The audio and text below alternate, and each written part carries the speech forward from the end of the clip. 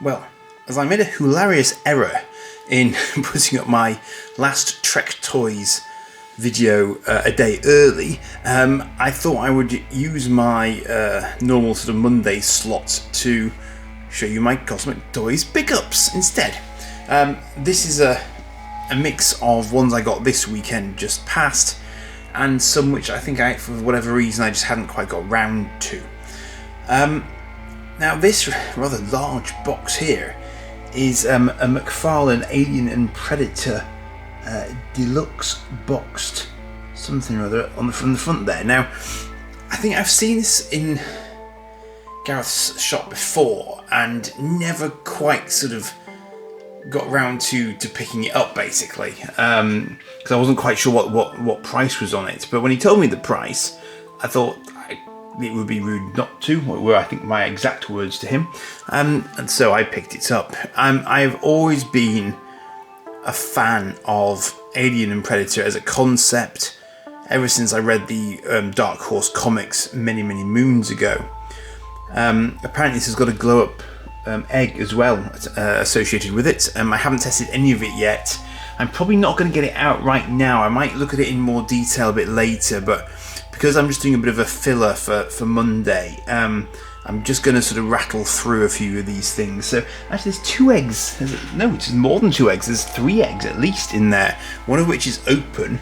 I can see a face hugger in there as well, just through the display window.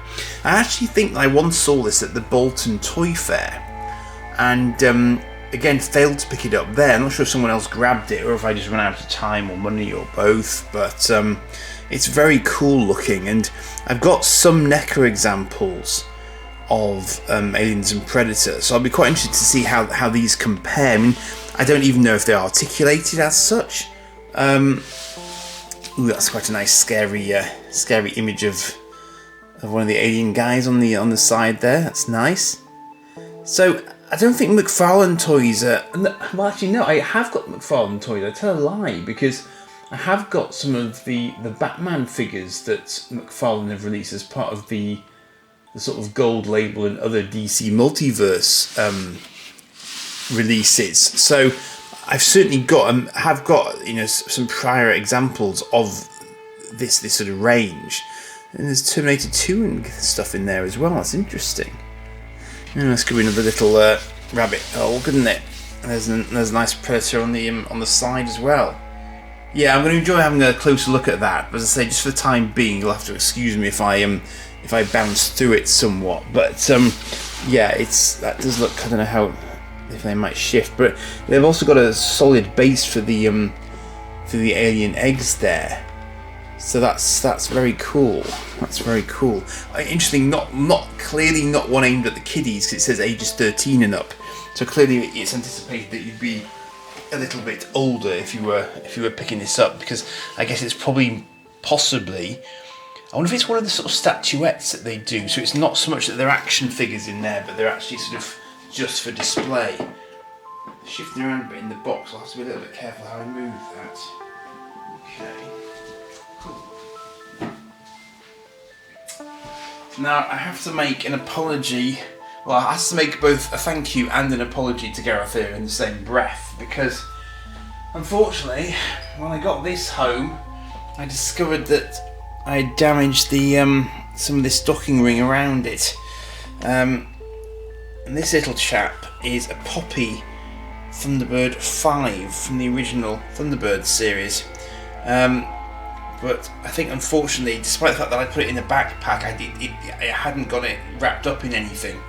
So it must have just taken a little hit along the way. I'm somewhat optimistic that I can fix it, because as you can see, one of the parts is in fairly good order. The other little bits are more fragmented, but I think I can follow and mirror the other side. So I'm hoping I can bring that back to life a little bit. But I do apologise, Gareth.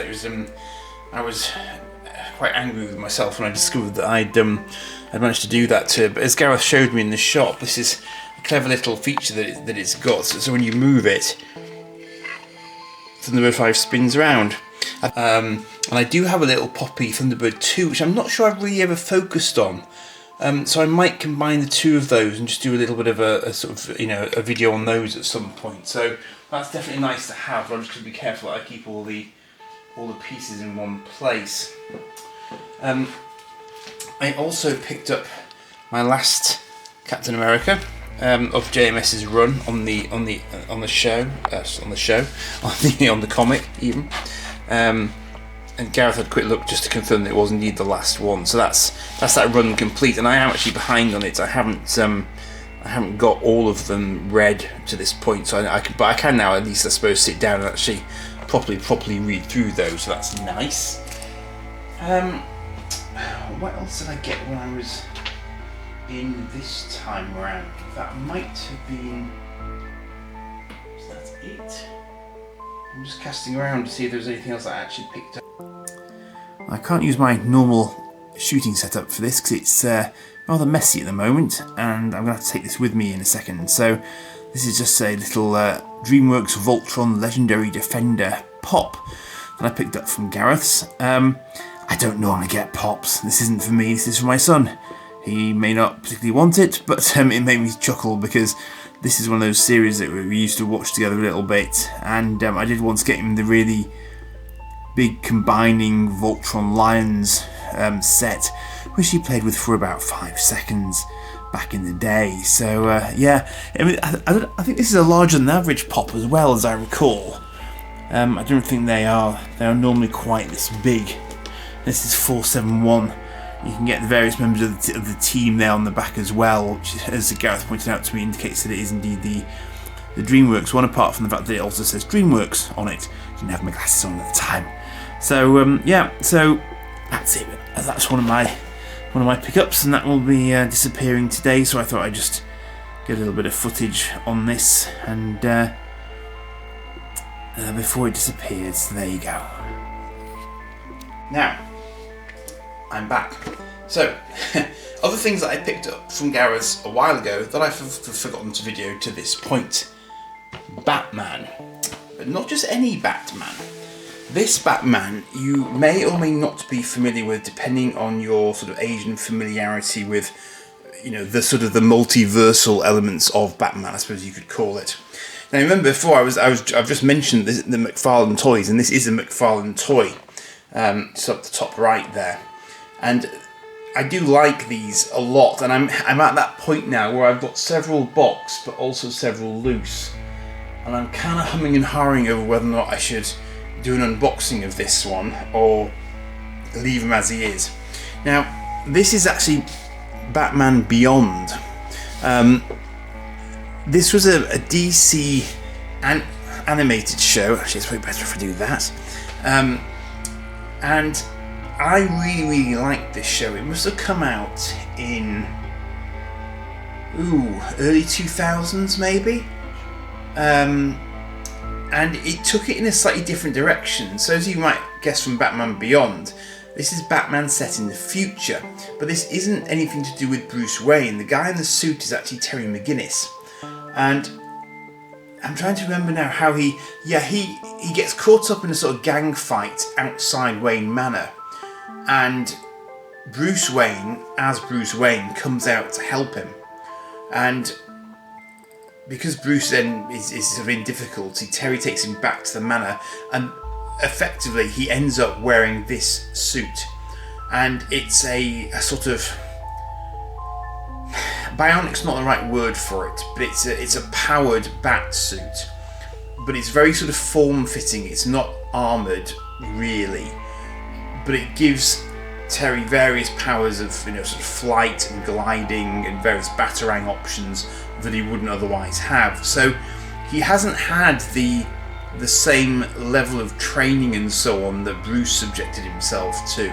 He's going more by instinct, and he has a flying Batmobile, and all of these things were sort of would have been Bruce's next iteration of Batman, but then he retired. So it's very interesting because he's effectively in a sort of Nightwing Robin kind of role, except it is only him on the street. So the only backup he gets is from Police Commissioner Gordon, but it isn't Jim Gordon. It's I want to say, is it Barbara Gordon or is it not? It might be Barbara Gordon. So, you know, he's getting some support from her. Bruce is being a mentor in his ear through his cowl. And basically, they're just sort of... He's trying to sort of learn the ropes of what it means to be Batman. And I like the series. It had a really sort of great soundtrack to it. I was a fan of the animated series anyway. So it was a really, really sort of good, solid show. Lots of new villains and, you know, some older ones, or older ones being revisited and things like that, you know. So a lot of the history. And they wrapped it into the Justice League cartoon that was also running at the same time. So they really sort of cross-linked it well with the whole Warner Brothers animated universe of Batman at that point in time. So it's quite interesting because compared to some of my other Batman McFarlane figures, he's quite slight. They've intentionally done him quite sort of thin, so that he's not as sort of bulked out as Bruce Wayne would. Bruce Wayne's Batman would be, because he isn't that old. You know, he's not that old, and he hasn't had that sort of degree of training where he would sort of have that sort of muscle mass going on. So all he's actually got is his suit and his agility and his sort of quick wits, and he's just a very, very different Batman. Basically, is what it boils down to. He's not the Dark Knight in quite the same way that Bruce Wayne was and had sort of become towards the end in particular, perhaps. So I'm humming and hawing over not to actually sort of get him out and have get him out to have a look, basically. But I think what I probably will do, I've actually got a separate Shriek who was one of his enemies, so I might well do it and just have them going up against each other in a sort of, you know, diorama-y sort of fashion at some point. So the only other belated pickup I had then was this NECA figure of RoboCop. Now, I do not collect NECA, he says. Yet. Now, yeah, it's the thing is, stuff like this is very much one of my sort of core, you know, you might even call him an anti-hero. It really very much depends on your point of view with RoboCop, I guess. But he's one of my sort of 80s core kind of new heroes, you know, that were brought in the 80s that didn't have history before the 80s, basically. And then obviously, you know, got franchised to death after the fact, but, you know, that's just the way of it. So, as with many of these NECA figures, he's got all sorts of... I mean, I just like that inside image. I mean, that in and of itself is rather cool, just as it is. But as you can probably see there, he's got various accessories going on there. And this is probably one that I will get out, but I'll do a sort of proper unboxing for it when I've got a bit more time. So he's got a spare head there, which is a sort of half a Murphy head. He's got his standard armament there, but he's also got his sort of Ed 209 gun, which I don't know if you can actually see there, but the Ed 209 gun is rather dark, so you can't really see it against this background, but it is in there. You can probably see it there better, actually. There. Yeah. So it's, you know, and he looks really well articulated. He's a very sort of clean looking RoboCop. He doesn't have any sort of battle damage effects or anything like that on him. He's just as he would have been sort of, you know, off the factory floor, so to speak. So yeah, I'm quite looking forward to having a look at him. I understand this is one of those figures that, you know, you're supposed to warm up a touch before you actually get into it, just to make sure that his limbs and so on will work as intended. So I will probably try and follow that piece of advice, which I've received on a couple of occasions now for NECA figures. But yeah, it's I have no idea. Oh, that's probably a firing effect for his gun. I was trying to figure out what on earth that was for a minute. But the even the box art is just really, really nice. I can totally see why people would collect these almost just to stack them up, because you get such a terrific sort of imagery collection just from having the boxes. And they're not as pricey as I would have thought they would be either, really. I can't, to be honest, I can't actually remember what I paid for this. But you know, I can see that they would build up over time into a really sort of impressive collection, and they are action figures for the mature collector, I guess, at the end of the day, given the sort of the focus that they go on. I mean, there's some Flash Gordon figures as well that I keep meaning to pick up as well, because you know, because it's Ming the Merciless and Flash Gordon, and it's like, it would be rude not to at some point. But yeah, I'll have to save those for another day, because that's not part of this pickup video, not just yet. So I think that is it. I think that is it for this one. But I just thought I'd fill that little sort of gap in my normal schedule that I leapfrogged myself there unintentionally by virtue of, as I say, by sort of releasing one into the wild a day early. So I just thought I'd throw this one into the mix. You could have a look at these. So that's it for now, and I will be back with another one on Thursday for you as normal. Cheers for now.